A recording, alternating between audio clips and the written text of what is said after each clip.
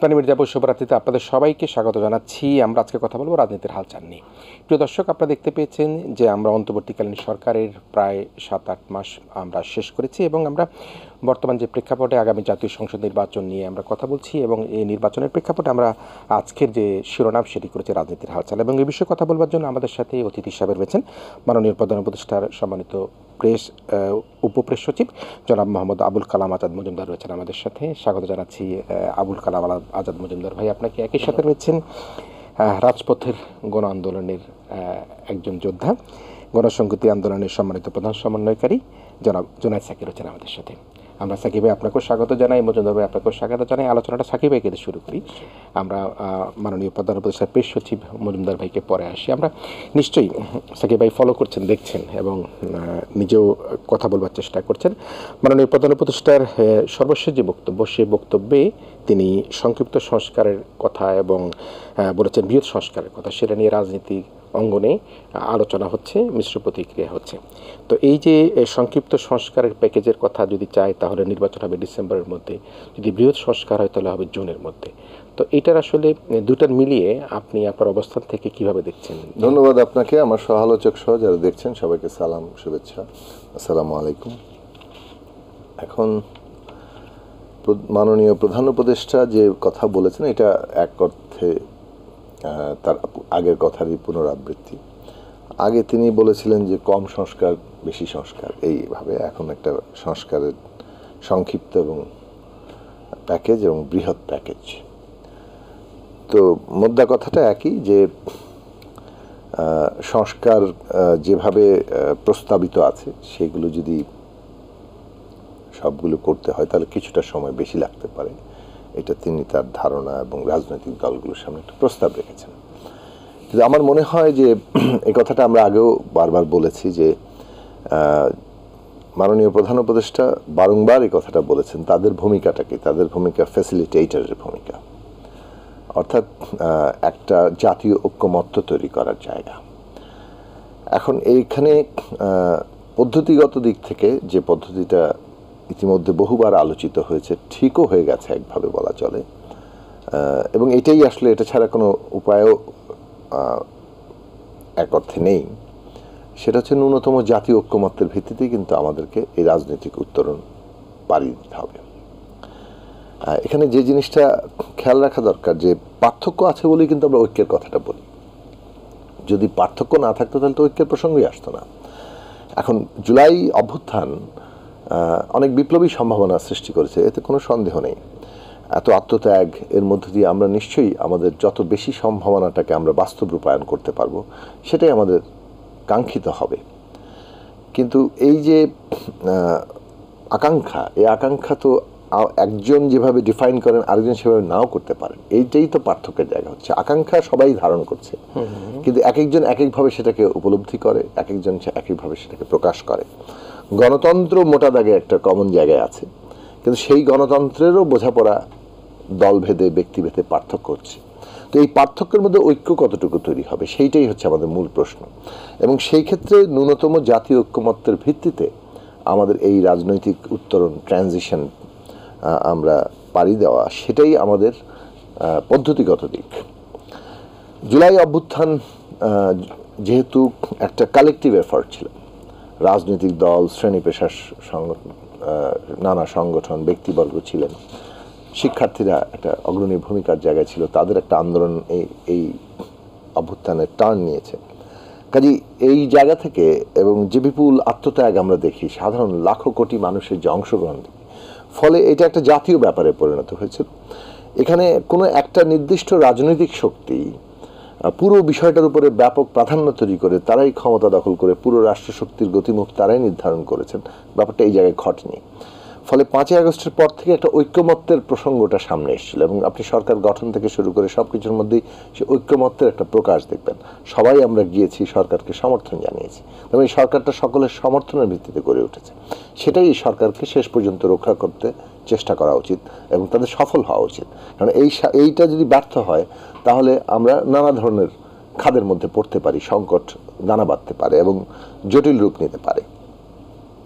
কাজেই এইখানে আমাদের এই যে পদ্ধতিগত দিকটা, সেটাই মূল বিষয়। স্বল্প না বৃহৎ, সংক্ষিপ্ত না কি বলে যে বৃহৎ, কিংবা ছোট না বেশি, এইগুলো আসলে ঐক্যমত্যের জায়গা থেকে ঠিক হবে বলে আমরা মনে করি। যার যার প্রস্তাবনা সবাই রাখছেন।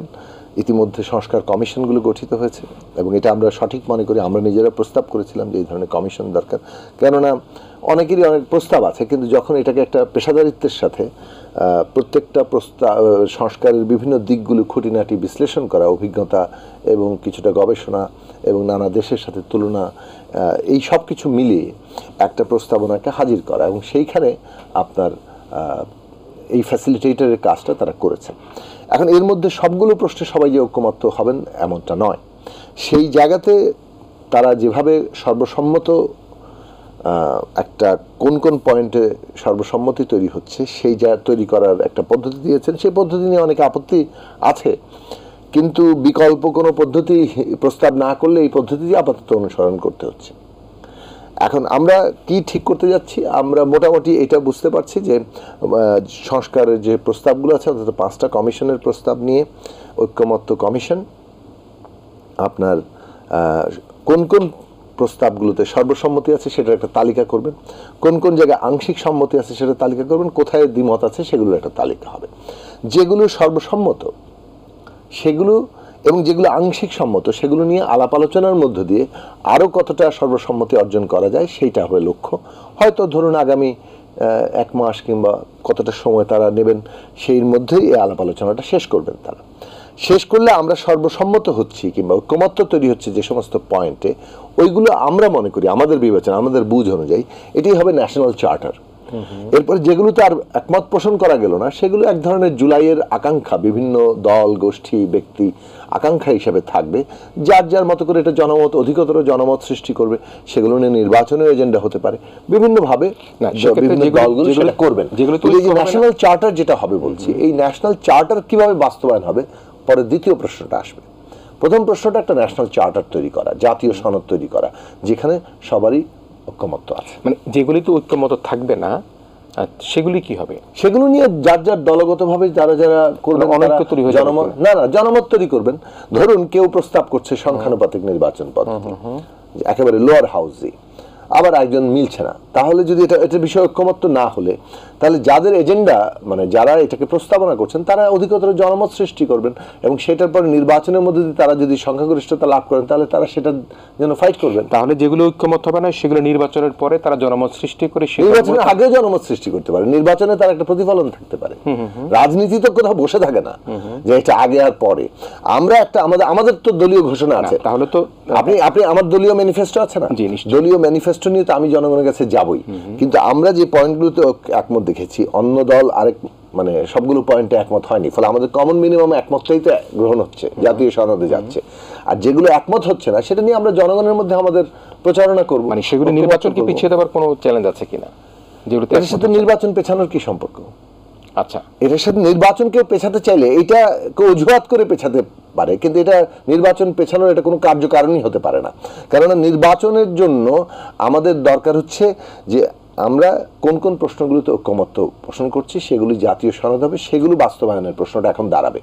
আর বাকিটা হচ্ছে আপনার যার যার দলগত ব্যক্তিগত প্রস্তাব, সেই প্রস্তাবগুলো মানে মানুষের মধ্যে যাবে এবং তার মধ্যে দিয়ে জনমতের মধ্যে দিয়ে আবার সেইটার একটা প্রকাশ ঘটবে। তো সেইটা তো ইলেকশনের মধ্যে প্রতিফলিত হবে। এখন এইটাকে কেন্দ্র করে কেউ যদি নির্বাচন পেছাতে চায় যে না আমরা যতক্ষণ না পর্যন্ত আমাদের মত প্রতিষ্ঠা করতে পারছি, আমরা আরেকটা বিপ্লব করতে পারছি, ততক্ষণ পর্যন্ত ইলেকশন হবে না, এইটা তো মানে একটা দলের প্রস্তাবনা হতে পারে, কিন্তু এটা তো গ্রহণযোগ্য প্রস্তাবনা নয়, এটা তো সকল দলের প্রস্তাবনা নয়। ইলেকশন ছাড়া আপনি তো জনগণের মানে একটা রায় পাওয়ার অন্য কোনো মাধ্যম পাচ্ছেন। হ্যাঁ, আরেকটা মাধ্যম হচ্ছে যে আপনি যদি একটা বৈপ্লবিক কাজ করেন, তো সেই বিপ্লবী কাজ করতে যাওয়াটা সেইটা তো একটা রাজনৈতিক সিদ্ধান্তের প্রশ্ন। কোনো দল যদি সেই উদ্যোগ গ্রহণ করে সেটা কী ধরনের পলিটিক্যাল কনসিকুয়েন্স রেখে নিয়ে আসবে সেটা তখনকার বিবেচনা হবে। কিন্তু এই মুহূর্তে আমরা যদি মনে করি যে আমরা যা করেছি, যে অর্জনটা করেছি, যে একটা ফ্যাসিস্ট শাসকের পতন ঘটেছে, ফ্যাসিস্ট ব্যবস্থাটা বদল ঘটানোর জন্য আমরা একটা প্রক্রিয়ায় আছি, সেই প্রক্রিয়ায় আমরা যতটুকু বদল ঘটানোর জন্য ঐক্যমত্যে আসতে পারি, সেখানে হ্যাঁ আমাদের এই তর্কটা হওয়া দরকার। একটা ডেমোক্রেটিক, একটা সত্যিকার ডিসকোর্স হওয়া দরকার। এটা বিউটি, এটা একটা সুন্দর ডেমোক্রেটিক ডিসকোর্স হওয়া দরকার। যে ডেমোক্রেসি বলতে আমরা কি কি বুঝছি, এবং ডেমোক্রেসির যে জায়গাটাতে মূলত এখানে লড়াইটা হয়েছে, যে এখানে ক্ষমতা এমন এক রূপ লাভ করে যে যে এটা আর এর ন্যূনতম কোনো জবাবদিহি নাই, এটা সংবিধানের ঊর্ধ্বে উঠে যায়, একজন ব্যক্তি সমস্ত ক্ষমতার মালিক হয়ে যায়। মানে আমরা বোঝানোর জন্য বলেছিলাম যেন উপরে আল্লাহ, নিচে প্রধানমন্ত্রী, এরকমই বাংলাদেশের সংবিধানের অবস্থা। তো সেই অবস্থাটা যাতে না থাকে, এখানে যারা জনপ্রতিনিধি হবেন, যিনি সরকার গঠন করবেন, সরকার প্রধান হবেন, তারা যাতে জনগণের কাছে জবাবদিহি করে, এবং সেই জবাবদিহি করতে হলে তাকে ক্ষমতার ভারসাম্য সৃষ্টি করতে হবে, ক্ষমতার চেকস অ্যান্ড ব্যালেন্স আনতে হবে। এইটার জন্য যে মানে প্রস্তাবনা, সেইটাই মূল দিক এই সমস্ত সংস্কারের উদ্দেশ্য, যে জনপ্রতিনিধিরা জনগণকে ছাপিয়ে যেতে পারবে না, জনগণের অধীনস্থ থাকতে হবে।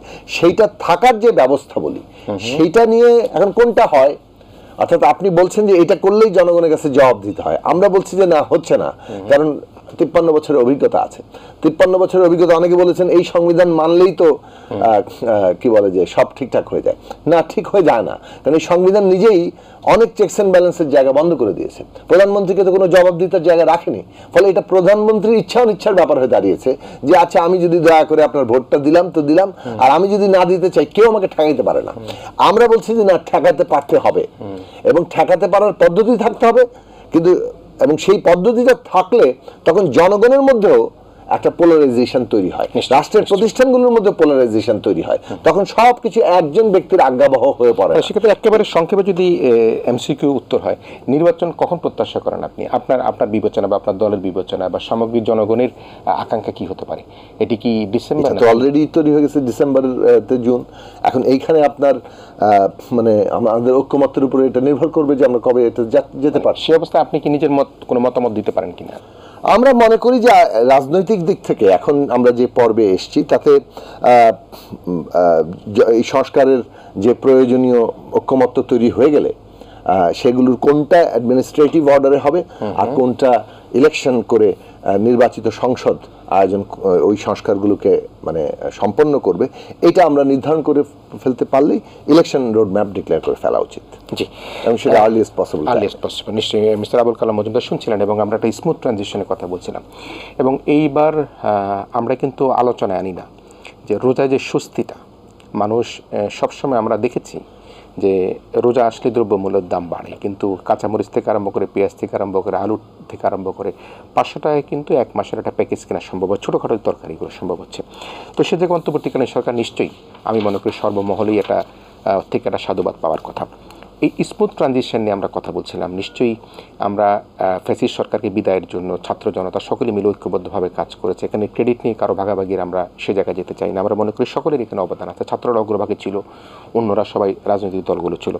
সে অবস্থায় আপনি কি মনে করেন যে স্মুথ ট্রানজিশনের ক্ষেত্রে যেটি জুনায়েদ সাকিব ভাই বললেন, সেখানে কোথাও কি কোনো চ্যালেঞ্জ দেখেন কিনা, যে ঐক্যমত জায়গায় কোনো ঘাটতি হতে পারে কিনা, কোনো দ্বিমত হতে পারে কিনা? নির্বাচন নিয়ে প্রফেসর ডক্টর ইউনূস যে মন্তব্য করেছেন যে বেশি সংস্কার হলে জুনে, না হলে ডিসেম্বরে, আপনার মতামত কি? ধন্যবাদ আপনাকে, এবং একই সাথে সাকিব ভাইকেও ধন্যবাদ। আমি এর মধ্যে অনেকগুলো রাজনৈতিক টক শোতে যাওয়ার সৌভাগ্য হয়েছে। তো বেশিরভাগ সময়ই দেখেছি যে আসলে আমাদের যারা রাজনীতিবিদ, তাদের অনেকের কাছে আসলে সংস্কারের যে বিষয়টা তাদের কাছে হয়তো পুরোপুরি পরিষ্কার নয়, বা তারা অনেকটা বুঝেও অনেক সময় না বোঝার একটা চেষ্টা করেন। কিন্তু সাকিবের ক্ষেত্রে সেটা দেখা যায়নি। উনি খুব চমৎকারভাবে ব্যাখ্যা করেছেন যে আসলে রাজনীতির যে পরিবর্তনটা আমরা আশা করছি, সেই পরিবর্তনের যে প্রক্রিয়াটা কী হবে। তো ওনার বলার পর আসলে এই বিষয়ে আমার খুব বেশি যোগ করার নেই, কারণ মাননীয় প্রধান উপদেষ্টাও বারবার এই একই জিনিসটাই বলেছেন যে আপনাদেরকে সংস্কারের অনেকগুলো প্রস্তাব আপনাদের সামনে উপস্থাপন করা হয়েছে বিভিন্ন কমিশনের। এই প্রস্তাবগুলো রাজনৈতিক দলগুলোর কাছে আপনার অনলাইনের মাধ্যমে দেওয়া হয়েছে, ওয়েবসাইটে আছে, আবার হার্ড কপিও তাদের কাছে পৌঁছানো হয়েছে তাদের মতামত দেওয়ার জন্য। এবং যে সংক্ষিপ্ত সংস্কার প্যাকেজ যেটা আপনারা বলছেন, যদিও এটা প্যাকেজ শব্দটা সরকারকে উল্লেখ করেছে বলে আমার জানা নেই। প্যাকেজটা আসলে আপনারা হয়তো শিরোনামের স্বার্থে সুন্দর শব্দ মনে করে হয়তো উল্লেখ করছেন। এটা আসলে প্যাকেজের মতো কোনো বিষয় না, এটা একটা প্রস্তাবনাগুলো যাতে রাজনৈতিক দলগুলোর জন্য তাদের উপলব্ধির জন্য হয়তো বা কিছুটা সংক্ষিপ্ত আকারে যাতে কাজটা সহজভাবে এগিয়ে নেওয়া যায় সেটা তাদের কাছে উপস্থাপন করা হয়েছে। রাজনৈতিক দলগুলো কিন্তু তারা চাইলে সবগুলো সংস্কার প্রস্তাবের ব্যাপারে তাদের মতামত দিতে পারেন, অথবা তারা মনে করতে পারেন যে না, এই মুহূর্তে রাজনীতির জন্য এই নির্দিষ্ট কিছু প্রস্তাবনা আছে যেগুলো জরুরি বাস্তবায়ন করা। তো আপনি বলেছেন যে এখন এই বিষয়ে সিদ্ধান্তটা কারা দেবে, সরকার দেবে নাকি রাজনৈতিক দলগুলো দেবে? অবশ্যই রাজনৈতিক দলগুলোকেই কিন্তু এই সিদ্ধান্তটা দিতে হবে। ওনারা আসলে কী চান, কতটুকু চান, কীভাবে চান, কখন চান, এই প্রশ্নগুলো কিন্তু মীমাংসা ওনাদের কাছে। ওনারা যে এই মুহূর্তে এই বিষয়গুলো সরকারের কাছে ওনাদের ফিডব্যাকটা দেবেন, তারপর ওনাদের ফিডব্যাক নিয়ে আলোচনা হবে। কারণ আমরা সরকারের একটা জিনিস খুব এক্সপেক্টেড যে সবার ফিডব্যাক একই রকম হবে না। প্রত্যেকের নিজস্ব রাজনৈতিক দর্শন আছে, নিজস্ব রাজনৈতিক লক্ষ্য আছে। তো এক একজনের ফিডব্যাকটা এক এক রকম হবে। তো কিছু কিছু ফিডব্যাক আমরা কিন্তু সবার কাছ থেকে আলাদাভাবে সরকার কিন্তু এই ফিডব্যাকগুলো নিচ্ছে। রাজনৈতিক দলের ফিডব্যাক বলতে আমি তাদের মতামতগুলো বোঝাচ্ছি, যে সংস্কার প্রস্তাবগুলোর ব্যাপারে তাদের মতামতগুলো তারা দেবেন, এবং প্রত্যেকে আলাদাভাবে তাদের মতামতগুলো দেবেন। তারা তাদের রাজনৈতিক অন্য সহযোগী রাজনৈতিক দলগুলোর সাথে আলোচনা করবে কি করবে না, এটা তাদের একান্ত নিজস্ব বিষয়। কারণ অনেকেই আছেন তারা একসময় একসাথে আন্দোলনে ছিলেন বা এখনও জোটগতভাবে আছেন, কিন্তু তারা রাজনৈতিক দল হিসেবে একসাথে জোটগতভাবে তাদের প্রস্তাবনা উপস্থাপন করবেন নাকি তারা এককভাবে উপস্থাপন করবেন, এটা একান্তই তাদের সিদ্ধান্ত। কিন্তু যেই প্রস্তাবনাগুলোই তারা উপস্থাপন করেন বা সরকারের কাছে নিয়ে আসেন, সেই প্রস্তাবনাগুলোর কাছে আমরা আশা করছি যে কিছু কিছু বিষয় থাকবে একেবারে কমন, যেগুলো হয়তো সব রাজনৈতিক দলই একই ধরনের মতামত দেবেন। তো এগুলো নিয়ে আর নতুন করে আলোচনার কোনো প্রয়োজন নেই। কিন্তু মিস্টার আজাদ, যদি মতামতের মধ্যে মতৈক্য না তৈরি হয়, দেখা গেল যে বেশিরভাগ বিষয়ে বড় বড় দলগুলো তারা প্রত্যেকে দ্বিমত পোষণ করছে, আমি একটা বললাম, আপনি একটা বললেন, সাকিব একটা বললো, এটা খুবই এক্সপেক্টেড যে সব বিষয়ে সব রাজনৈতিক দল একমত হবে, বা বেশিরভাগ বিষয় যদি একমত না হয়। বেশিরভাগ বিষয়ে একমত না হলে প্রথমত যে চেষ্টাটা করা হবে, একমতের জায়গায় তো একমতে আসার জন্য তো আলোচনার সুযোগ আছে। আলোচনার জন্যই কিন্তু জাতীয় ঐক্যমত্য যে কমিশনটা করা হয়েছে, সেটা কিন্তু 6 মাস সময় নিয়ে তাদেরকে 6 মাস সুযোগ দেওয়া হয়েছে। 6 মাসের একটা সময়সীমা তাদের জন্য বেঁধে দেওয়া হয়েছে। রাজনৈতিক দলগুলো কিন্তু তার প্রস্তাবনাগুলো 1 মাসের মধ্যে দিয়ে দিতে পারে চাইলে, কেউ চাইলে 15 দিনের মধ্যে দিতে পারে, কেউ আরেকটু ভালোভাবে স্টাডি করার জন্য হয়তো 2 মাস সময় নিতে পারে। এটা একান্তই আসলে তাদের বিষয়, তারা কীভাবে দেবে। তারা তাদের প্রস্তাবগুলো দেওয়ার পর তো আলাপ আলোচনার সুযোগ আছে।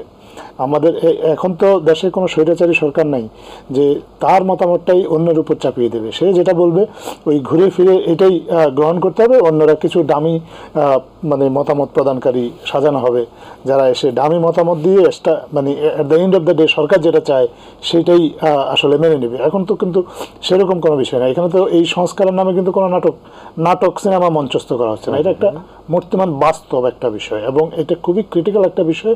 বাংলাদেশের রাজনৈতিক ভবিষ্যৎ নির্ভর করছে এই প্রস্তাবনাগুলোর উপর। এই রাজনৈতিক দলগুলো কতটা একমতে আসতে পারবে তার উপর নির্ভর করছে আগামী দিনের বা রাজনীতিটা বাংলাদেশে আসলে কিভাবে হবে। তো তারা যদি একমত না হয়, প্রথমত আলাপ আলোচনার সুযোগ আছে। সে আলাপ আলোচনা কতদিন চলবে সেটারও একটা নির্দিষ্ট সময় এই মুহূর্তে ঠিক করা হয়েছে। আপনার আলোচনার পরেও যদি রাজনৈতিক দলগুলো কিছু কিছু বিষয়ে একমত না হতে পারে, সেগুলো সাকিব ভাই যেমন বললেন, সেগুলো প্রত্যেকটা রাজনৈতিক দল তার নিজস্ব মতামত নিয়ে বা তার এজেন্ডাটা নিয়ে জনগণের কাছে যাবেন। জনগণ যদি মনে করেন যে হ্যাঁ তার এজেন্ডাটা বেটার, তাহলে তো এটা ভোটেই সেটা রিফ্লেকশন থাকবে। আর যেটুকু জায়গাতে তারা সবাই একমত হবেন বা আংশিক যে জায়গাগুলো যে সামান্য যে ডিফারেন্স যদি কারো থাকে, সেটা আলোচনার মাধ্যমে যদি সমাধান করা যায়, তারপরে তার ভিত্তিতেই তো একটা জুলাই সনদ তৈরি হবে, যেটাকে আমরা জুলাই চার্টার বলছি বা সাকিব ভাই একটু আগে যেটাকে ন্যাশনাল চার্টার বলছেন। এই চার্টারটা যখন হয়ে যাবে, এই চার্টারটা কিন্তু কাইন্ড অফ কমিটমেন্ট।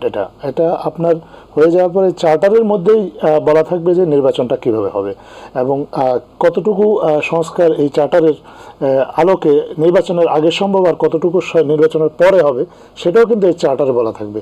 নির্বাচনের পরে যদি এই চার্টারের কিছু কিছু জিনিস বাস্তবায়ন করতে হয়, আমরা সেরকমই ধারণা করছি। যেমন সংবিধান সংস্কার কমিশনের যে প্রস্তাবগুলো আছে, সেখানে অনেকগুলো ভালো প্রস্তাব আছে। সেই প্রস্তাবগুলো যারাই গ্রহণ করুক, সেটা কিন্তু পরবর্তীতে এসে নির্বাচিত সরকার সেটাকে বাস্তবায়ন করবে। এটা নিয়ে কারোর মধ্যে কোনো দ্বিধাদ্বন্দ্ব নেই। কিন্তু এখন যেটা সবার চাওয়া, যে নির্বাচিত সরকার কোনটা রেটিফাই করবে, সেটার বিষয়ে যেন ঐক্যমতটা আগে প্রতিষ্ঠিত হয়ে যায়, যাতে মানুষ ভোট দেওয়ার সময় জানতে পারে যাকে ভোট দিচ্ছে এই জিনিসগুলো পরবর্তীতে রাজনৈতিক সরকার এসে এই জিনিসগুলো বাস্তবায়ন করবে। এগুলো নিয়ে কিন্তু কোনো ধরনের দ্বিধাদ্বন্দ্ব নেই, একেবারে পরিষ্কার একটা ধারণা দেওয়া হয়েছে। এবং আমি সাকিব ভাইকে শুরুতেই ধন্যবাদটা এই জন্যই জানিয়েছি যে প্রধান উপদেষ্টার পক্ষ থেকে বা অন্তর্বর্তীকালীন সরকারের পক্ষ থেকে যে ধারণাটা দেওয়া হয়েছে, ওনারা কিন্তু সেই ধারণাটা বুঝতে পেরেছেন এবং অনুধাবন করতে পেরেছেন, এবং সেই অনুযায়ী সরকারও কাজ করছে, ওনারাও কাজ করছে। এবং এই কাজগুলো যখন একটা পয়েন্টে এসে মিলবে, তখনই আমরা পরবর্তীতে নির্বাচনটা ঠিক কখন হবে সেটা সুনির্দিষ্ট করে বলতে পারবো। সেটা কি মানে কোনোভাবে আইডিয়া করা যায়? না, সেই আইডিয়া তো অলরেডি দেওয়া হয়েছে, আইডিয়া তো দেওয়া হয়েছে। আপনি কিন্তু সাকিব ভাইকে যখন প্রশ্ন করছিলেন আপনি বলেছেন যে এমসিকিউ, যখন এমসিকিউ মিন্স মাল্টিপল চয়েস, আপনি কিন্তু ওনাকে মাল্টিপল চয়েস দেন নাই, আপনি ওনাকে প্রশ্ন করেছেন এমসিকিউ, কিন্তু উত্তর চেয়েছেন একটাই, যে অন্য কোনো অপশন দেন নাই। কিন্তু আসলে তো নির্বাচন নিয়ে এই মুহূর্তে যে আলোচনাগুলো রাজনৈতিক দলে হচ্ছে, তাতে একাধিক অপশন আছে। উত্তর চেয়েছেন বাইনারি। তো কোন অপশনটা রাজনৈতিক দলগুলো গ্রহণ করবে, সবাই এক না, মানুষ তো সহজে উত্তর খুঁজতে চায়, সেই কারণে দর্শক না, এটা তো মানে এইটা আমরা এই মুহূর্তে আমাদের রাজনৈতিক যে পরিবর্তনের চেষ্টাটা চলছে, এটা কিন্তু খুব সহজ বিষয় না, বা সহজে উত্তর মানে এটার কোনো শর্টকাট কোনো সলিউশন নেই। একটা জিনিস আমাদের সবাই বুঝতে হবে যে এই পরিস্থিতিতে আসার জন্য কিন্তু আমাদের 1400 প্রাণ ঝরে গেছে, আমাদের 20,000 মানুষ আহত হয়েছে, অনেকে এখনো সুস্থ হয়নি। তো এটা যদি খুব সহজ বিষয় হতো, তাহলে কিন্তু এত প্রাণ যেত না। আপনার এটার জন্য এটার একটা মূল্য অলরেডি আমরা দিয়েছি, রাজনৈতিক মূল্য আমরা দিয়েছি, আমাদের অনেকগুলো প্রাণ ঝরে গেছে।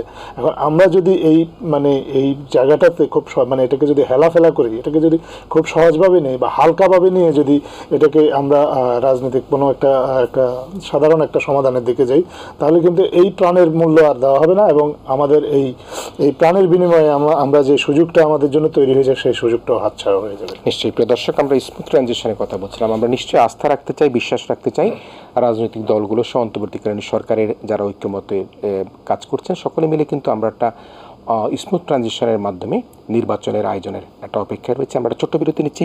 বিরতির পরও আমাদের দুজন অতিথি, মাননীয় প্রধান উপদেষ্টার সম্মানিত উপপ্রেস সচিব জনাব মোহাম্মদ আবুল কালাম আজাদ মজুমদার, একই সাথে গণসংহতি আন্দোলনের প্রধান সমন্বয়কারী জনাব জুনায়েদ সাকি আপনাদের সাথে আবারও থাকবেন। আমরা আবারও একটা ছোট্ট বিরতির পর ফিরে আসছি। স্প্যানি মির্জাপুর শুভরাত্রিতে আমরা আবারও ফিরে এসেছি। আমরা কথা বলছিলাম রাজনীতির হালচাল নিয়ে। মাননীয় প্রধান উপদেষ্টার উপপ্রেস সচিব জনাব মোহাম্মদ আবুল কালাম আজাদ মজুমদার রয়েছেন আমাদের সাথে, রয়েছেন গণসংহতি আন্দোলনের প্রধান সমন্বয়কারী জনাব জুনায়েদ সাকি। সাকিব ভাই, বিরতির পূর্বে আপনি কিন্তু বেশ কিছু গুরুত্বপূর্ণ কথা বলেছেন, জুলাই চার্টারের কথা বলেছেন, স্মুথ ট্রানজিশনের কথা বলেছেন, এবং বলেছেন যে অলরেডি রাজনৈতিক দলগুলো যে সকল বিষয়গুলো নিয়ে ঐক্যমতে আসবেন, সেগুলো তো ঠিকই হলো, যেগুলো ঐক্যমতে না আসবেন সেগুলো নিয়ে দেখা যাবে যে তারা জনগণের কাছে যাবে, পরবর্তীতে সেটি নিয়ে তারা বিচার বিবেচনা করবে। তবে নির্বাচনের বিষয় নিয়ে আপনারা নিশ্চয়ই আশাবাদ ব্যক্ত করছেন যে এইসব ঐক্যমত গঠিত হয়ে গেলে নির্বাচনটা হয়ে যাবে। আপনি সেদিন সেই আয়োজনে ছিলেন, গোলটেবিল আয়োজনে ছিলেন। আগামী নির্বাচনে সংবিধান সংস্কার পরিষদের অধীনে নির্বাচন চাচ্ছেন, আপনারা উল্লেখ করেছেন। এটিকে একটু বিশ্লেষণ করবেন কিনা, এটা নিয়ে আপনার মতামত কি, বা কিভাবে আপনাদের পক্ষ থেকে? দেখুন, আমরা 3টা পয়েন্টকে গুরুত্বের সাথে সামনে এনেছি। একটা তো হচ্ছে বিচার। এই মুহূর্তে মানে আমাদের আরও অনেকগুলো গুরুত্বপূর্ণ বিষয় আছে, কিন্তু আমি রাজনৈতিক উত্তরণের প্রশ্নে বলছি। বিচার একটা গুরুত্বপূর্ণ বিষয়। 15 বছর গত জুলাই আগস্টে যে নির্বিচার হত্যাকাণ্ড, গুম খুন, দুর্নীতি, লুটপাট, সব কিছু মিলে যে আপনার এর বিচার হওয়া অত্যন্ত জরুরি। আওয়ামী লীগ দল হিসেবে তার দায় কতটুকু, সেগুলো বিচার্য বিষয় হওয়া উচিত।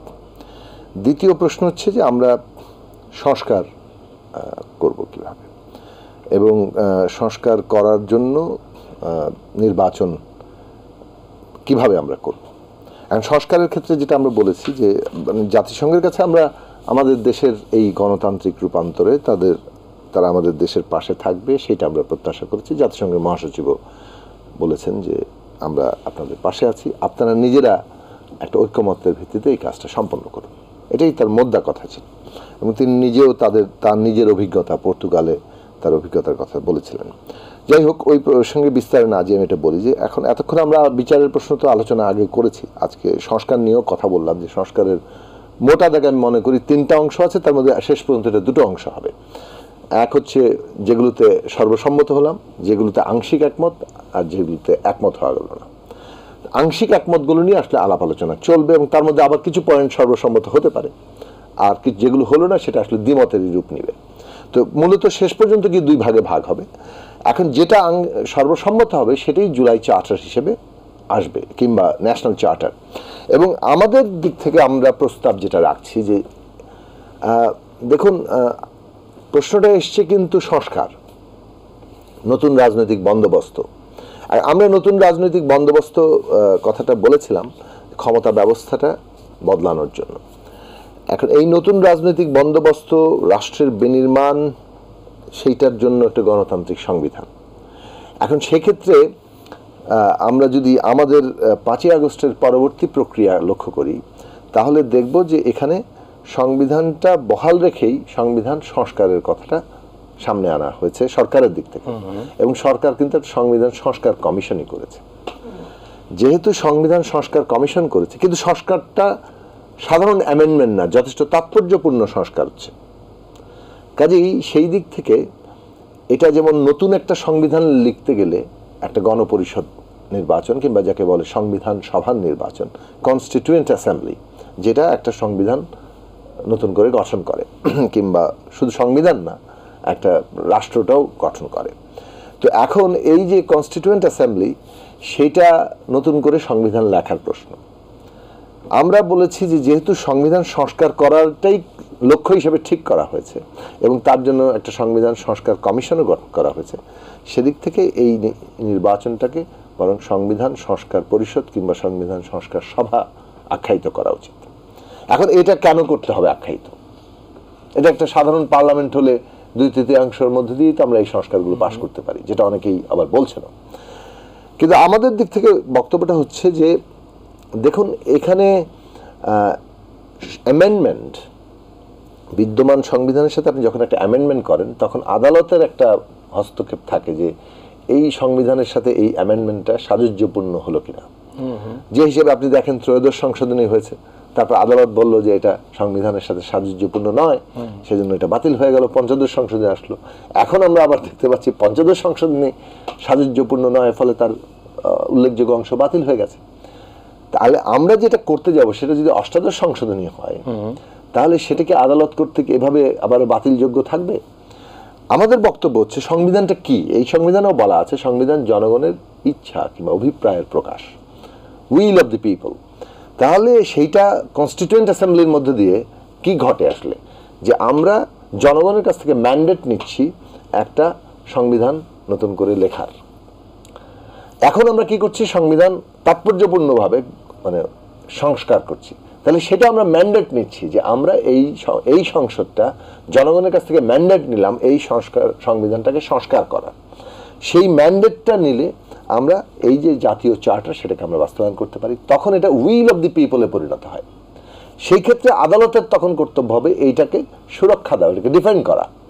যেমন ধরেন আপনি 72 সালে একটা কনস্টিটিউয়েন্ট অ্যাসেম্বলি করেছিলেন, সেটা গঠন নিয়ে যথেষ্ট সমালোচনা আমাদের আছে, কারণ এটা তো 70-এর গণপরিষদকে 72 এসে গণপরিষদ ডিক্লেয়ার করেছেন। 71 সাল যে একটা মুক্তিযুদ্ধ হলো, এটা নাই করে দিয়েছেন আপনি। এইটার মধ্যে দিয়ে যে চৈতন্যের বিকাশ ঘটলো পুরো একটা জনগোষ্ঠীর, সেটাকে ধারণ করতে হলে তো একটা নতুন করে নির্বাচন, নতুনের জায়গা দরকার ছিল, তো সেটা করা হয়নি। তো সেটা আরেকটা তর্ক, আমি ওই তর্কে আরও অনেক পয়েন্ট আনতে পারি, কিন্তু যেটা বলছি যে ওই 72 সালের সংবিধান, কোর্ট কি এটা বলে যে এই সংবিধানে এটা কেন ঢুকেছে, ওইটা যা আছে এটা তো সংসদ তৈরি করে দিয়েছে।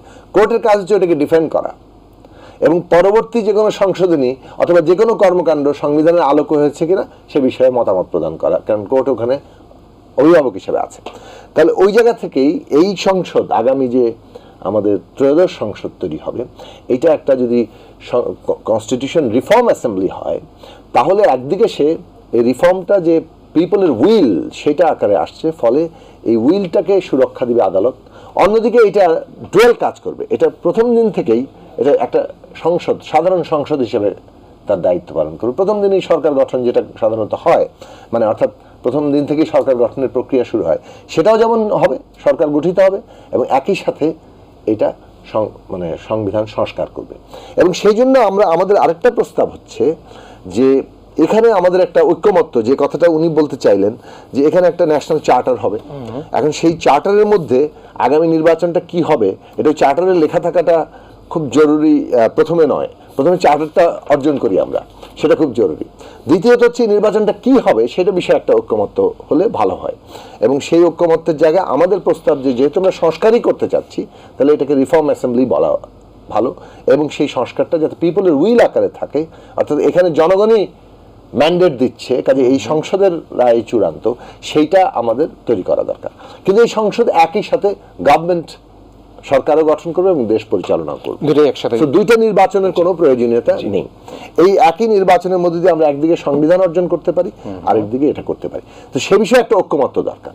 আরেকটা ঐক্যমত্য দরকার, কতদিনে করব আমরা, কি এটা পুরো 5 বছর পার করে দিব, কি পরবর্তী সংসদের জন্য রেখে দিব? এইটা আসলে জনগণের অভ্যুত্থানের সাথে যাবে না, ফলে এটার একটা সময়সীমা নির্ধারণ করা দরকার। আমরা মনে করি 6 much is maximum possible time, অর্থাৎ পরবর্তী নির্বাচিত সংসদ 6 মাসের মধ্যে এই সংস্কার কর্মকাণ্ড বাস্তবায়ন শুরু করবেন বা শেষ করবেন, সুতরাং মানে এটাকে রাটিফাই করে ফেলবেন। তারপরে বাস্তবায়নের তো আরো অনেক পর্ব আছে, একটা ধরেন একটা কাজকে শেষ পর্যন্ত পরবর্তীতে আস্তে আস্তে সেগুলো এটা চর্চায় নিয়ে যাওয়াটা তো পরের বিষয়, কিন্তু আইনগত দিক থেকে এটা রাটিফাইড হবে। সেই জায়গাটা করাটা হচ্ছে আমরা আমাদের দল এবং দিক থেকে এটাকে একটা এইভাবে পর্বটাকে খুব একটা দেখি, এবং এটাকে আমরা যুক্তিযুক্ত মনে করি। জি, মিস্টার আবুল কালাম আজাদ, আমরা অনেক বিশ্লেষণ শুনলাম এবং জুনায়েদ সাকিব ভাইদের মতামত শুনলাম। এখন যে বিষয়টি সেটা হচ্ছে এই যে ঐক্য প্রক্রিয়া নিয়ে কিন্তু কথা বলছি, রাজনীতির হালচাল নিয়ে কথা বলছি, আমরা স্বস্তি অস্বস্তির কথা বলছি, দ্রব্যমূল্যের জায়গায় প্রথমতেই কিন্তু আমরা সাধুবাদ জানিয়েছি অন্তর্বর্তীকালীন সরকারকে। নানা রকম মব কালচার আমরা দেখতে পেয়েছি, আমরা দেখেছি যে এই পর্যন্ত প্রায় 200-র মতো ছোটোখাটো আন্দোলন হয়েছে। এর মধ্যে এই ঐক্য প্রক্রিয়াটা এখন সবচেয়ে বড় জোরালো বিষয়। এটি যদি বিলম্বিত হয়, আমরা অনেক সময় অনেকে শঙ্কা করেন যে ফ্যাসিবাদ আবার ফিরে আসে কিনা। আপনি কীভাবে দেখেন এই ঐক্য প্রক্রিয়ার জন্য? আপনি যেহেতু এখন নানাভাবে বিশ্লেষণ করছেন, রাজনৈতিক দলগুলোর প্রতি আমাদের আহ্বান কী থাকতে পারে, আমরা যারা গণমাধ্যমে কাজ করে আমাদের জন্য কী আহ্বান থাকতে পারে? এই ঐক্য প্রক্রিয়া যদি আমরা ঘাটতি ঘটে, তাহলে এই ঘাটতিতে কিন্তু আমাদের জুলাই বিপ্লবের সনদে বলি না কেন, আমাদের বিধি আত্মার মাগফিরাত যে কামনা করি শহীদদের প্রতি, তাদের প্রতি কিন্তু সম্মান আমাদের হানি হবে। আপনার বিশ্লেষণ যদি করেন। প্রথমত হচ্ছে ঐক্য প্রক্রিয়া বিলম্বের কোনো সুযোগ আমরা দেখি না। আমরা যেটা নিয়ে আলোচনা হচ্ছে এটা ঐক্যটা কোন কোন পয়েন্টে হবে এটা নিয়ে আলোচনা হচ্ছে। একটা নির্দিষ্ট সময়সীমার কথা কিন্তু বলা হয়েছে অলরেডি। ঐক্যমত্য যে কমিশনটা করা হয়েছে সেই কমিশনটাকেও কিন্তু একটা সময়সীমা বেঁধে দেওয়া হয়েছে। সেই সময়সীমার মধ্যে রাজনৈতিক দলগুলো তাদের মতামত দেওয়ার পরে যদি ঐক্যমত্য মোটামুটি মোটা দাগে একটা ঐক্যমত্য প্রতিষ্ঠা করা হয় তা তো হয়েই গেল। আর যদি রাজনৈতিক দলগুলোই দেখে যে আরও কিছু সময় নিলে হয়তো আলাপ আলোচনার মাধ্যমে আরও দৃঢ়ভাবে এই ঐক্যটাকে প্রতিষ্ঠিত করা সম্ভব হবে, সেই প্রস্তাবনাটা তারা করতে হবে। সরকারের দিক থেকে এই ধরনের কোনো পরিকল্পনা বা চিন্তাও নেই। সম্পূর্ণভাবে সিদ্ধান্তটা আসলে রাজনৈতিক দলগুলো, তারা ঐক্যমতে যদি এসে যায় এবং মোটা দাগে যে ঐক্যমতগুলো প্রত্যাশিত একটা সুষ্ঠু সুন্দর নির্বাচন করার জন্য, পাশাপাশি যে নতুন যে রাজনৈতিক বন্দোবস্তের কথা যেটা আমরা সবাই বুঝছি, সেটার জন্য যাতে এই নির্বাচনটা ছাড়াও পরবর্তীতে আরও তো অনেকগুলো নির্বাচন হবে আমাদের সামনের বছরগুলোতে, সেই নির্বাচনগুলো যেন বারবার এই ধরনের পরিস্থিতিতে পড়তে না হয়, বারবার যেন রাজনৈতিক সংকট নতুন করে তৈরি না হয়, যাতে একবারই এই সমস্যাটা সমাধান করা যায় এবং পরবর্তীতে একটা নির্দিষ্ট প্রক্রিয়া অনুসরণ করে নির্দিষ্ট মেয়াদান্তর জাতীয় নির্বাচনগুলো অনুষ্ঠিত হতে পারে। সেই ব্যবস্থাটা করার জন্য একবারেই যাতে রাজনৈতিক দলগুলো তাদের একটা ঐক্যমতের জায়গায় আসতে পারে, সেই চেষ্টাটাই করা হচ্ছে। এখানে বিলম্বের কোনো সুযোগ বা বিলম্বের কোনো আলোচনা এখনও আসেনি যে, এবং এটা আমরা মনে করিও না যে আমরা এই ধরনের কোনো বিলম্ব হবে। আমরা সবাই একটা নির্দিষ্ট লক্ষ্য নিয়ে কাজ করছি, এবং আপনি যে কথাটা বলেছেন রাজনৈতিক রূপান্তর, এটা আসলে সবারই একটা কাঙ্ক্ষিত লক্ষ্য। এটা অন্তর্বর্তীকালীন সরকারেরও লক্ষ্য, রাজনৈতিক দলগুলোরও লক্ষ্য, এবং আমাদের সাধারণ মানুষেরও আসলে এটাই চাওয়া যে আমাদের যে এই রাজনৈতিক একটা স্বৈরতান্ত্রিক একটা ব্যবস্থা থেকে আমরা যে গণতান্ত্রিক ব্যবস্থায় একটা উত্তরণ আমাদের ঘটবে, এবং এই গণতান্ত্রিক ব্যবস্থাটা এমন একটা ব্যবস্থা হবে যাতে নতুন করে আর কোনো স্বৈরাচার জন্ম নিতে না পারে। সেটার জন্য যে যে পদক্ষেপগুলো দরকার, সেই পদক্ষেপগুলো যেন সবাই মিলে নিতে পারে, অন্তত সেই মৌলিক জায়গাগুলোতে যাতে সবাই একসাথে এক হয়ে যেতে পারে, এবং এটা যত দ্রুত সম্ভব সেটা করা গেলে আমাদের সার্বাঙ্গীনভাবে মঙ্গল হবে। এখানে আসলে বিলম্বিত হওয়া বা বিলম্বিত করার কোনো অভিপ্রায় বা বিলম্বিত করার কোনো চেষ্টা বা বিলম্বিত করার কোনো আলোচনা, এগুলো আসলে অপ্রাসঙ্গিক। মানে আরেকটা বিষয়, আমি সময়ের কথাটা বলি, এটা আমি বহুদিন ধরে বলছি আমাদের পক্ষ থেকে আর কি, যে এই কথাটা মানে দেখুন, পলিটিক্যাল স্টেবিলিটি ইকোনমিক স্টেবিলিটির জন্য খুব জরুরি। অর্থনৈতিক স্থিতিশীলতা আনতে গেলে রাজনৈতিক স্থিতিশীলতা দরকার। নির্বাচনের একটা রোডম্যাপ কিন্তু রাজনৈতিক স্থিতিশীলতা তৈরি করতে সাহায্য করবে। একটা রোডম্যাপের ধারণা এসছে জুলাই টু কি বলে ডিসেম্বর টু জুলাই, কিন্তু আরো সুনির্দিষ্ট হওয়া দরকার এবং সেটা সম্ভবত আগামী অল্প কিছুদিনের মধ্যেই আমরা আশা করি যে আরো 1 মাসের মধ্যেই অন্তত নির্বাচনের একটা সময়সীমার ব্যাপারে রোডম্যাপের ব্যাপারে আরো ঐক্যমত্যের জায়গাটা আমরা পৌঁছাতে পারবো। এটা অর্থনৈতিক স্থিতিশীলতা আনতে সাহায্য করবে, কারণ হচ্ছে ধরুন বিনিয়োগ ব্যাপারটা কিন্তু অনিশ্চয়তার মধ্যে বিনিয়োগ ওইভাবে বাড়ে না। এখন নিশ্চয়তার জায়গাটা দরকার বিনিয়োগের জন্য, বিনিয়োগ না হলে কর্মসংস্থান হবে না। এবং আমরা এই যে আমরা একটা এমনিতেই একটা সংকটের মধ্যে আছি, প্রচুর টাকা লুট হয়ে পাচার হয়ে গেছে। এখন এইটার মধ্যে দিয়ে পুরোটা ঘুরে দাঁড়ানোর জন্য মানে একটা বিনিয়োগ খুব গুরুত্বপূর্ণ উপাদান এখানে, এবং সেটাই একমাত্র বাঁচাতে পারে। তো সেই জায়গা থেকেই এই স্টেবিলিটিটা খুব দরকারি। মিস্টার আজাদ, আমি একটা ছোট্ট প্রশ্ন করে আমি চলে যাব বিরোধীতে। সেটা হচ্ছে যে মানে একটা ক্যারিসমেটিক কথাই বলি, যেমন আমাদের অন্তর্বর্তীকালীন সরকার প্রধানের নিমন্ত্রণে জাতিসংঘের মহাসচিব বাংলাদেশে এসতেন, পাঞ্জাবি পরে চলে গেলেন সেই রোহিঙ্গাদের ওখানে, এবং আমি শুনেছি তিনি নাকি রোজাও রেখেছেন, তিনি ট্রাই করে দেখেছেন যে সিম্বলিক রোজা রেখেছেন, আসলে কি হতে পারে। এই যে আমরা অনেকেই যেমন ভাই বললো ফরেন ডাইরেক্ট ইনভেস্টমেন্টের কথা বললো বা বিনিয়োগের কথা বললো, আমি আজকে দেখেছি রিজার্ভটা কিছুটা হয়তো কমেছে, কিন্তু তার অর্থ এটা নয় যে গত পতিত সরকারের সময় $13-14 বিলিয়ন ছিল, আমি দেখেছি $20 বিলিয়ন মতো হয়েছে।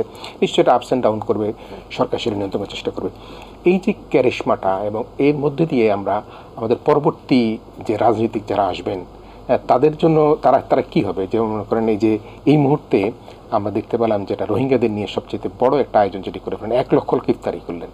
তা আপনি এটা বিশ্লেষণ কীভাবে করলেন, যেহেতু আপনি সেই অন্তর্বর্তীকালীন সরকারের প্রধানের সেই অফিসে যাতায়াত আছে, আপনি থাকেন, কাজ করেন সেখানে? প্রথম কথা হচ্ছে যে আপনার গুড গভর্নেন্স একটা বড় বিষয়। আপনার যদি আমাদের যারা বন্ধুপ্রতিম দেশ আছে তারা যদি দেখে যে বাংলাদেশের অন্তর্বর্তীকালীন সরকার একটা সুশাসন দেওয়ার চেষ্টা করছে এবং তারা জনগণের কাছে জবাবদিহিতার জায়গায় তাদেরকে নিয়ে যাচ্ছে এবং প্রতিনিয়ত জনগণের কাছে আসলে জবাব দিচ্ছে, যে প্রশ্নগুলো বা কোনো বিষয়ে যদি জনগণের মধ্যে কোনো দ্বিধাদ্বন্দ্ব তৈরি হয় তাহলে সেটাও জবাব ক্লারিফাই করার চেষ্টা করছে। এটার ফলে আসলে বহির্বিশ্বে মানুষের একটা আস্থা তৈরি হয়। অন্তর্বর্তীকালীন সরকারের ক্ষেত্রেও আমরা বিশ্বাস করি যে সেই আস্থাটা তৈরি হয়েছে, এবং সেই আস্থাটা যে তৈরি হয়েছে আপনি যদি দেখেন আমাদের যে প্রবাসী আয়, আপনি যেহেতু রিজার্ভের কথা বললেন, আমি সেই জন্যই প্রবাসী আয়ের কথাটা বললাম। আমাদের প্রবাসী আয়টা কিন্তু রেকর্ড পরিমাণ বেড়েছে। এটার একটা বড় কারণ হচ্ছে আমাদের প্রবাসী ভাই বোনেরা তারা আছেন, তারা জানেন যে তারা এখন যদি দেশে টাকা পাঠান এটা দেশে কাজে লাগবে, এবং তাদের এই টাকা নিয়ে তাদের এই টাকাটাকেই আবার অন্য ফরম্যাটে কেউ আবার বিদেশে পাচার করে দেবে না, দেশের টাকাটা দেশে থাকবে, দেশের কাজে লাগবে। তো মানুষের আস্থা বৃদ্ধি পাচ্ছে সরকারের উপর বা আমাদের যে নতুন যে সিস্টেমটা তৈরি হচ্ছে তার উপর। এর ফলে আপনার আবার ধরেন আমাদের রপ্তানিও কিন্তু এই নানা সংকট, নানা সীমাবদ্ধতার মধ্যে দিয়েও কিন্তু কমপক্ষে 15% আপনার রপ্তানির একটা গ্রোথ হয়েছে। আপনি যদি পার্টিকুলারলি আমেরিকার বাজারে আপনি দেখেন, আমেরিকা আমাদের অন্যতম বৃহত্তম বাণিজ্যিক অংশীদার, যেখানে আমরা মূলত রপ্তানি করি, আমদানির চেয়ে রপ্তানির পরিমাণ অনেক বেশি। এবং আপনি যদি আমেরিকার বাজারে আমাদের রপ্তানির গ্রোথটা দেখেন সেটা প্রায় 50%-এর কাছাকাছি। এবং এই মুহূর্তে এই গত অর্থ বছরে যে আপনার যে বিভিন্ন দেশের যে রপ্তানির গ্রোথ আমেরিকার বাজারে, তার মধ্যে বাংলাদেশেরটা হচ্ছে সর্বোচ্চ। পাশাপাশি আপনার যে গ্লোবাল যে পলিটিক্সের যে ডায়নামিক্সগুলো চেঞ্জ হচ্ছে, এই চেঞ্জের ফলে কিন্তু বাংলাদেশের জন্য কিছু সুযোগ তৈরি হচ্ছে। সেই সুযোগগুলোও কিন্তু বাংলাদেশের অন্তর্বর্তীকালীন সরকার নেওয়ার চেষ্টা করছে। যেমন আমরা বারবার আহ্বান জানাচ্ছি বিদেশি কোম্পানিগুলোকে তাদের ম্যানুফ্যাকচারিং ইউনিটগুলো যাতে এখানে স্থাপন করে, যাতে বাংলাদেশে জব তৈরি হয়, জব ক্রিয়েট হয়। আপনি দেখেছেন মাননীয় প্রধান উপদেষ্টা কয়েকদিন পরে চীন যাবেন, সেখানে আপনার এই আলোচনাটাই আসলে মূলত প্রাধান্য পাবে যে চীনের জন্য আলাদা একটা যদি ইকোনমিক জোন করা যায়, সেখানে যদি চীনা কোম্পানিগুলো তাদের ম্যানুফ্যাকচারিং ইউনিটগুলো এখানে স্থাপন করে, এগুলো সব কিছু হচ্ছে আসলে বিশ্বাস এবং আস্থার একটা বিষয়। আন্তর্জাতিক সম্প্রদায়ের এই মুহূর্তে বর্তমানে অন্তর্বর্তীকালীন যে সরকার কাজ করছে তাদের উপর আস্থা আছে, বিশ্বাস আছে এবং তাদের প্রতি সমর্থন আছে। এটা আপনারা বিভিন্ন সময় দেখেছেন, যখন বিভিন্ন দেশের ডিগনিটারিজরা বাংলাদেশে এসেছেন তারা সবাই কিন্তু তাদের সমর্থনের কথা বলছেন, এবং এই সমর্থনটাই কিন্তু রিফ্লেক্টেড হয়েছে জাতিসংঘ মহাসচিবের সফরের মধ্যে দিয়েও। উনিও কিন্তু সমর্থনের কথা বারবার ব্যক্ত করেছেন, শুধু বাংলাদেশের জাতীয় ইস্যু না, রোহিঙ্গা ইস্যুতে আপনি দেখেছেন যে আমাদের অন্তর্বর্তীকালীন সরকার যখন দায়িত্ব নিয়েছেন, ওনার মূল দায়িত্বগুলোর মধ্যে একটা ছিল অর্থনীতি পুনরুদ্ধার, দেশে জনজীবনে স্বস্তি ফিরিয়ে আনা বা নতুন রাজনৈতিক একটা ব্যবস্থা তৈরি করা। কিন্তু এইটার পাশাপাশি এই যে রোহিঙ্গা সংকট, এটা আমাদের আগের সরকারের যে কূটনৈতিক ব্যর্থতা বা দায়িত্বহীনতার কারণে যে সংকটটা তীব্র থেকে তীব্রতর হয়েছে, এই সংকটটাও কিন্তু সরকার প্রথম দিন থেকেই উপলব্ধি করেছে এবং মনে করেছে যে মাননীয় প্রধান উপদেষ্টা ওনার যে ব্যক্তিগত ইমেজ, উনি যদি ওনার ব্যক্তিগত ইমেজটাকেও কাজে লাগিয়ে বহির্বিশ্বে এই বিষয়ে আরেকটু জনমত সৃষ্টি করতে পারেন, বা এই ক্রাইসিসটা যে এখন অলরেডি ফরগটন ক্রাইসিস হয়ে গিয়েছিল, এখানে যাতে বহির্বিশ্বের একটা দৃষ্টি ফিরে আসে, সেটার জন্য ওনার যে ব্যক্তিগত ইমেজ প্লাস এই মুহূর্তে আমাদের অন্তর্বর্তীকালীন সরকারের যে সিস্টেম রেস্টোরেশনের যে ইনিশিয়েটিভগুলো, এগুলো সবগুলো কালেকটিভলি যোগ হয়ে বহির্বিশ্বের একটা দৃষ্টি আবার বাংলাদেশের দিকে নিবন্ধিত হয়েছে। জাতিসংঘ মহাসচিব এসেছেন, উনি রোহিঙ্গা ওখানে গিয়েছেন ওনাদেরকে আশ্বস্ত করার জন্য যে যত সংকটই থাকুক, যত সমস্যাই থাকুক, আন্তর্জাতিক সম্প্রদায় এবং বাংলাদেশ সরকার তাদের প্রতি এখনও সহানুভূতিশীল এবং তাদের দিক থেকে তাদেরকে সহায়তা করতে প্রতিশ্রুতিবদ্ধ। সহায়তা এই সেন্সে যে তারা যাতে তাদের দেশে ফিরে যেতে পারে এবং সেফ এবং ডিগনিফাইড ওয়েতে, যেটা তারা চাচ্ছিল, সেই চেষ্টাটা আন্তর্জাতিক সম্প্রদায়েরও অব্যাহত আছে, বাংলাদেশের সরকারও অব্যাহত আছে এবং সেই চেষ্টাটা তাদেরকে ওখানে গিয়ে জাতিসংঘ মহাসচিব একটা ভালো কথা সেটি হচ্ছে যে আসলে আন্তর্জাতিক সম্প্রদায়ের দৃষ্টিটা সরে গিয়েছে রোহিঙ্গা ইস্যু থেকে, এবং সেটি প্রফেসর ডক্টর ইউনূসের নেতৃত্বে আমরা আবার দেখছি যে আন্তর্জাতিক সম্প্রদায়ের সেই সহানুভূতি বা দৃষ্টি আবার বাংলাদেশের রোহিঙ্গাদের দিকে সেখানে আসছে। আমি একটা জায়গায় একটু অ্যাড করে দিয়ে বিরক্তি চলে যাবো, সেটা আপনি বলছেন আন্তর্জাতিক যে বিভিন্ন মেরুকরণ বা সম্প্রদায় সবকিছু অন্তর্বর্তী সরকারের প্রতি সমর্থন আছে। আমরা তো দেখতে পাচ্ছি শুধু আন্তর্জাতিক সম্প্রদায় নয়, যে রাজনৈতিক দল যারা রয়েছেন, প্রফেসর ডক্টর ইউনূসের ব্যাপারে কারোই কিন্তু কোনো দ্বিমত নেই। নিশ্চয়ই সে আস্থারা দেশের জনগণের আছে, রাজনৈতিক দলগুলোর আছে। আমরা সেই আস্থার মধ্যে দিয়ে আবারও একটা ছোট্ট বিরতি নিচ্ছি। বিরতির পর আমরা যেহেতু রাজনীতির হালচাল নিয়ে কথা বলছি, সে কারণে আমরা তুলসী গ্যাবার্ডের একটা বক্তব্য নিয়ে আমরা আমাদের বিরতির পর আলোচনায় ফিরবো। প্রিয় দর্শক, ছোটটা বিরতি নিচ্ছি। ইসমাইল মির্জা শুভরাত্রিতে শেষ মুহূর্তে আলোচনা আমরা এসেছি। আমাদের সাথে অতিথি হিসেবে রয়েছেন মাননীয় প্রধান উপদেষ্টার উপপ্রেস সচিব জনাব মোহাম্মদ আবুল কালাম আজাদ মজুমদার, রয়েছেন গণসংহতি আন্দোলনের প্রধান সমন্বয়কারী জনাব জুনায়েদ সাকিব। আমরা রাজনীতির হালচাল নিয়ে আলোচনা করতে গেলে আজকে একটা আলোচিত বিষয়, সেটি তুলসী গ্যাবার্ড কতগুলি মন্তব্য করেছেন। তার মধ্যে উল্লেখযোগ্য মন্তব্য বাংলাদেশের বিষয়ে, যে হিন্দু, খ্রিস্টান, বৌদ্ধ যারা সংখ্যালঘু তাদের নিয়ে যে বাংলাদেশের অবস্থানটা সেটি সেখানে তিনি বলেছেন। আপনি আসলে তাই মনে করেন কিনা, বা আপনি কি দেখেন, তার বিশ্লেষণ নিয়ে আপনার নিজের আলোচনা কিভাবে করতে চান? আমার মনে হয় এ বিষয়ে আগে উনি ব্যাখ্যা দিয়ে নিক, সরকার কিভাবে দেখছে। ঠিক আছে, প্রথমত আমরা তো নিশ্চিত নেই যে উনি কোন সময়ের কথাটা বলেছেন। আমরা ওনার এর আগের দুটো রেজুলেশন দেখেছি, যে উনি নিজেই প্রস্তাব করেছেন। একটা 2015 সালে উনি একটা মার্কিন কংগ্রেসে একটা প্রস্তাব করেছেন যে বাংলাদেশের হিউম্যান রাইটস নিয়ে এবং ভায়োলেন্স এগেনস্ট রিলিজিয়াস মাইনরিটি, এটা 2015 সালে উনি একটা প্রস্তাব করেছেন। এবং 2021 সালেও কিন্তু উনি এরকম আরেকটা প্রস্তাব উনি করেছেন বাংলাদেশের মাইনরিটি কমিউনিটিকে রক্ষা করার জন্য।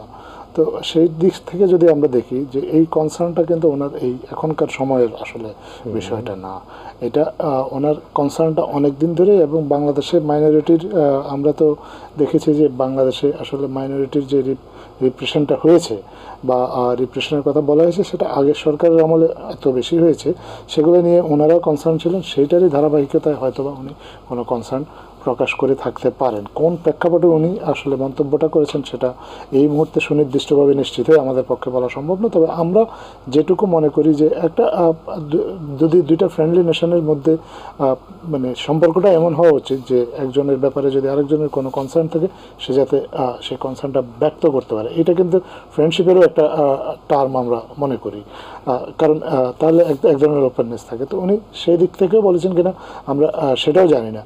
তবে একটা জিনিস অন্তর্বর্তীকালীন সরকার বিশ্বাস করে যে বাংলাদেশে মাইনরিটি রাইটসের ব্যাপারে সরকার খুবই সচেতন, এবং আসলে মাইনরিটি রাইটস না, বাংলাদেশের সিটিজেন্স রাইটের ব্যাপারেই অন্তর্বর্তীকালীন সরকার খুবই সচেতন। আজকে পুলিশদের কর্মকর্তাদের সাথে একটা বৈঠক হয়েছে, আপনি জানেন, মাননীয় প্রধান উপদেষ্টা, সেখানেও কিন্তু উনি পরিষ্কারভাবে বলেছেন যে একজন নাগরিক তিনি কোন সম্প্রদায়ের সেটা দেখার কোনো প্রয়োজন নেই, তাকে নাগরিক হিসেবে ট্রিট করতে হবে এবং নাগরিক হিসাবে তার যা যা প্রাপ্য অধিকার এবং তার যা যা প্রোটেকশন তার তার জন্য প্রয়োজন তাকে সেটা দিতে হবে। পুলিশকে মানে পরিষ্কার নির্দেশনা দিয়েছেন যে প্রত্যেকটা নাগরিকের অধিকার সংরক্ষণ করতে হবে, প্রত্যেকটা নাগরিককে যাতে পুলিশ প্রোটেকশন দিতে পারে সেজন্য তাদেরকে কাজ করতে হবে। সেই কাজটাই অন্তর্বর্তীকালীন সরকার শুরু থেকে করে আসছে এবং সেই চেষ্টাটা অব্যাহত থাকবে। জি নিশ্চয়ই। জনাব জুনায়েদ সাকি। আচ্ছা, আমি যে জায়গাটা দেখতে চাচ্ছি, যেমন ধরেন আমরা এই কথাগুলো বাংলাদেশে 5ই আগস্টের পর থেকে বারবার বলার চেষ্টা করছি যে এই যে একটা প্রচারণা বাংলাদেশের ব্যাপারে সংগঠিতভাবে আছে, ভারতের মিডিয়ার একটা উল্লেখযোগ্য অংশ, অপপ্রচার, পুরোপুরি ডাহা মিথ্যা, অনেক ক্ষেত্রে, বেশিরভাগ ক্ষেত্রেই। এবং এই যে ভারতীয় মিডিয়ার একাংশের এই অপপ্রচার কিংবা ধরেন ভারতের এমনকি সরকারি দলেরও তাতে ব্যাপকভাবে ইন্ধন আছে, সেটা পরিষ্কারভাবে বোঝা যায়। ভারতের ভূমিকা তার রাগঢাকের জায়গা ছিল না 5ই আগস্ট এবং পূর্ববর্তী এবং পরবর্তী অংশে। সব মিলিয়ে এটার একটা মানে বাংলাদেশকে একভাবে চিত্রিত করার চেষ্টা পশ্চিমা বিশ্বের কাছে আছে এবং একটা জনমত তৈরি করার চেষ্টা, আমাদের জুলাই অভ্যুত্থানটাকে খাটো করা, এটা একটা মানে এর বিরুদ্ধে বিশ্বকে একভাবে খেপিয়ে তোলাও বলতে পারে। এখন সেটা করতে পারে বাংলাদেশে যখন আমরা নানান ধরনের ইয়েগুলো দেখব, যে মানে এই ধরনের ঘটনাগুলি যদি ঘটে, যা তারা প্রচার করতে চাইছে, যে অপপ্রচারটা করছে, ওইটা যদি বাংলাদেশে কোনো ঘটনা ঘটে তাহলে তো সেটা তাদের প্রচারকে শক্তিশালী করবে। এখন সেক্ষেত্রে আমরা কি রেখে ঢেকে রাখবো? আমাদের নিশ্চয়ই যদি কোনো ঘটনা ঘটে তাহলে আমাদেরকে সেই ঘটনার প্রতিকার তৈরি করতে হবে এবং সত্যের উপরেই দাঁড়াতে হবে।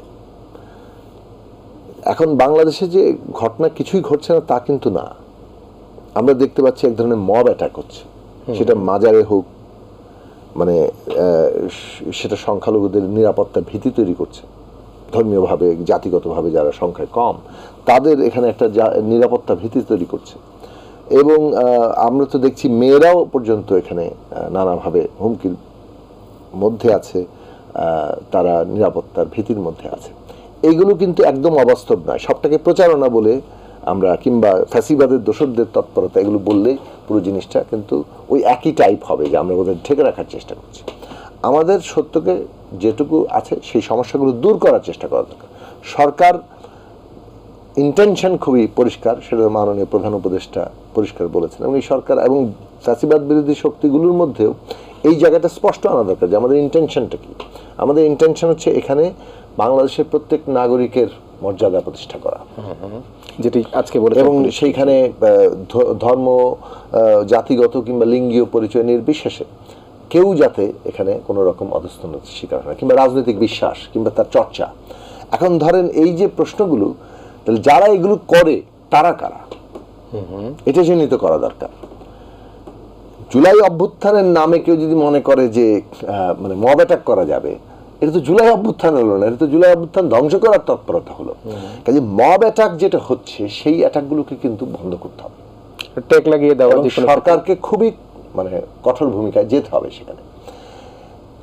উল্টো আমরা দেখছি যে মব অ্যাটাকের কাছে সরকার অনেক ক্ষেত্রে মানে কিছুটা আইদার যথাযথ ভূমিকা রাখতে পারছে না, পুলিশকে আমরা নিষ্ক্রিয় জায়গায় দেখছি।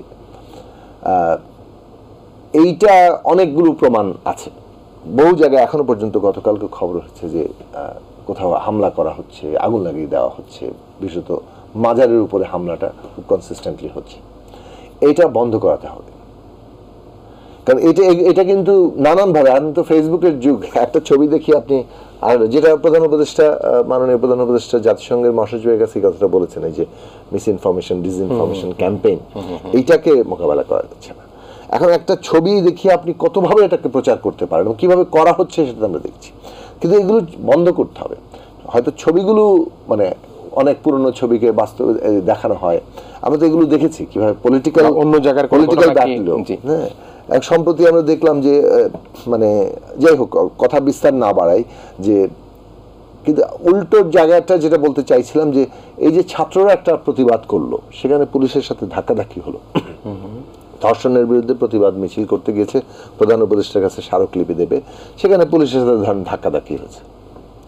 পুলিশ যে মানে সেখানে ধৈর্য দেখায়নি সেটার প্রমাণ কিন্তু আছে। আবার কেউ পুলিশের দিক থেকেও হয়তো ধরেন অভিযোগ আছে যে তারা ছাত্রনেতারা সেখানে বাড়াবাড়ি করছে। এখন এই অভিযোগ তারা করতে পারে, এই ধরনের ঘটনার একটা মানে সলিউশন কি এই জায়গায় যে আপনি 12 জন ছাত্রনেতার নামে মামলা করে দিলেন, নাম ধরে আর 70 জন অজ্ঞাতনামা মামলা করে দিলেন? তো এটার মেসেজটা তো ঠিক জায়গায় যাচ্ছে না। আপনি মব অ্যাটাক ঠেকাতে পারছেন না, সেখানে তো আমরা মামলা দেখছি না, সেখানে তো যথাযথ আইনি পদক্ষেপগুলো দেখছি না। উল্টো এখানে যখন এটা হয় তখন একটা খুবই বিপরীত বার্তা যায়।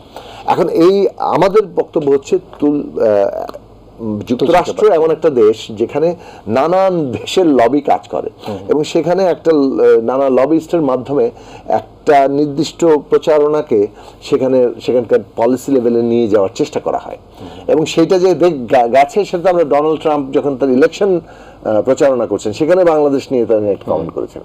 আবার তিনি নির্বাচিত হওয়ার পরে এখন $29 মিলিয়ন মানে আরেকটা কথা বললেন। এখন এই ধরনের প্রচারণাগুলো কিন্তু এখানে ধীরে ধীরে তৈরি হয়, সেগুলোর যে চেষ্টা আছে এটা খুব পরিষ্কার। বাংলাদেশেরও পাল্টা জায়গাটা তৈরি করা দরকার। একদিকে মনে করি যে এই প্রচারণা ব্যাটল করা দরকার, অন্যদিকে হচ্ছে বাংলাদেশের ভেতরে যে ঘটনাগুলো ঘটে সেগুলো যথাযথভাবে প্রতিকারের ব্যবস্থা করা দরকার এবং সেইখানে পুলিশ সহ সমস্ত প্রশাসনের এবং এমনকি সরকারেরও জবাবদিহিতা খুব পরিষ্কার হওয়া দরকার। কোথায় তারা সফল হচ্ছেন, কোথায় ব্যর্থ হচ্ছেন। যেমন আমরা এতদিন ধরে কথা বলার পর দ্রব্যমূল্যের জায়গায় কিন্তু সরকার উন্নতি করেছে। জি জি, বাজারে মানুষ অনেকগুলো পণ্যের ক্ষেত্রে স্বস্তির জায়গা আছে। এখন ধরেন এইটা গভর্নমেন্ট চাইলে যে অনেকগুলো জিনিস পারবে, সরকার নিশ্চয়ই পারতে হবে, না হলে এই যে একসময় জ্যোতি বসু পশ্চিমবাংলার মুখ্যমন্ত্রী তিনি একটা কথা বলেছিলেন যে সরকার চাইলে দাঙ্গা হয় না। নিশ্চয়ই মানে দাঙ্গা ঠেকাতে পারে। তো সুতরাং আপনাকে ওই জায়গাটা তো গভর্নমেন্ট চাইলে যে এটা পারে সেইটা এফেক্টিভ জায়গা। হ্যাঁ, গভর্নমেন্টের ক্ষেত্রে বড় একটা সীমাবদ্ধতার জায়গা ছিল, প্রতিষ্ঠানগুলো ভেঙে পড়েছিল, তারা এগুলো পুনর্গঠন করে একটা অনেকগুলো বেঞ্চমার্ক, অনেকগুলো সিগনেচার ওয়ার্ক করবেন, এটাই কিন্তু মানুষ প্রত্যাশা করে। সরকার চাইলে পারে এবং পারবে, সেই ক্ষেত্রে রাজনীতিবিদ হিসেবে আপনাদের এবং জনগণের নিশ্চয়ই সেখানে সহযোগিতা দরকার। আমরা এই প্রত্যাশা করতেছি। একেবারে 10 সেকেন্ডে আমার ইচ্ছা হচ্ছে আপনার কাছে শুনতে চাই, 10 সেকেন্ডে যদি কিছু বলতে চান মিস্টার মজুমদার। সরকার যে চাইছে অন্তত সেটা তো পরিষ্কার। সরকার চাইছে বলেই কিন্তু আইন শৃঙ্খলা পরিস্থিতি নিয়ে জনগণের মধ্যে যে উদ্বেগটা আছে সেটা নিরসনের জন্য আজকে মাঠ পর্যায়ের সব পুলিশ কর্মকর্তার সাথে বিশেষ একটা বৈঠক করেছেন। তাদেরকে প্রয়োজনীয় দীর্ঘ সময় ধরে মাননীয় প্রধান উপদেষ্টা প্রায় 1 ঘন্টার কাছাকাছি বক্তব্য রেখে তাদের কথা, পুলিশের সীমাবদ্ধতার কথাগুলো শুনেছেন এবং তাদেরকে কি করতে হবে সে বিষয়ে নির্দেশনাগুলো দিয়েছেন। দ্রব্যমূল্যের ক্ষেত্রে সরকার যেভাবে সাফল্য পেয়েছে আমরা বিশ্বাস করি অন্তর্বর্তীকালীন সরকারের পক্ষ থেকে আইন শৃঙ্খলার ক্ষেত্রেও সেই রকম সাফল্য খুব নিকটে হয়তো আপনারা দেখতে পাবেন। জি, নিশ্চয়ই। প্রিয় দর্শক, ধন্যবাদ জানাচ্ছি রাজনীতির হালচালের আজকের আলোচনা ইস্পানি মির্জাপুর শুভরাত্রি আমরা শেষ করছি। আপনারা ভালো থাকবেন, আপনারা সবাই মিলে ভীষণ ভালো থাকবেন।